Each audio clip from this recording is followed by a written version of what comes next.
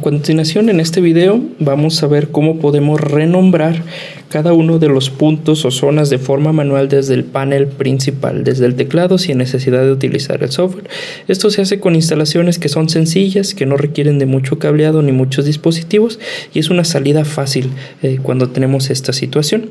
Este panel que tenemos, como mencionamos en un video anterior, fue rescatado, ya estaba por ser desechado, pero bueno, ahí lo rescatamos. Solamente nos faltan arguras borneras, lo que ocasiona los errores que tenemos en sistema: no battery, NAC open y remote sync fault. Ok, vamos a ver. Para poder renombrar nuestros dispositivos, nos vamos a ir primero a la parte de menú.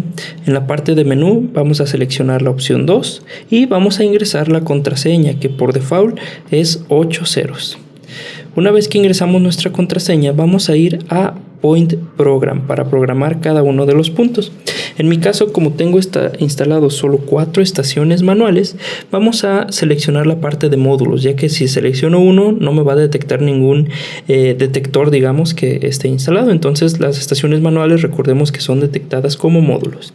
Vamos a darle después en número 3 de editar y vamos a ingresar el número del módulo. En mi caso, mis estaciones manuales están en orden 1, 2, 3 y 4. Entonces vamos a comenzar con la 1. Como podemos observar, esta Pulse Station ya tiene cargado un nombre. Entonces vamos a hacerlo con lo siguiente. Vamos a hacer con la siguiente estación. Para eso recorremos a la siguiente. Si se fijan, esta como tal no tiene un nombre guardado. Entonces lo que vamos a hacer es, con esta flecha, recorrer más abajo hasta el apartado de descripción. Entonces vamos a darle en descripción y vamos a agregar, por ejemplo, admin. Es una A,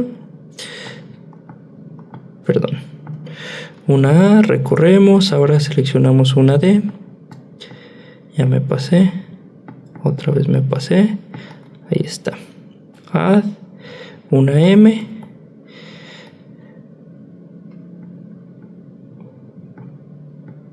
una I y por último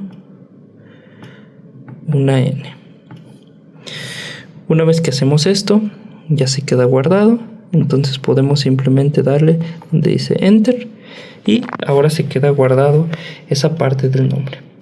Y esto podemos hacerlo con los distintos dispositivos. Por ejemplo, si me voy al dispositivo anterior,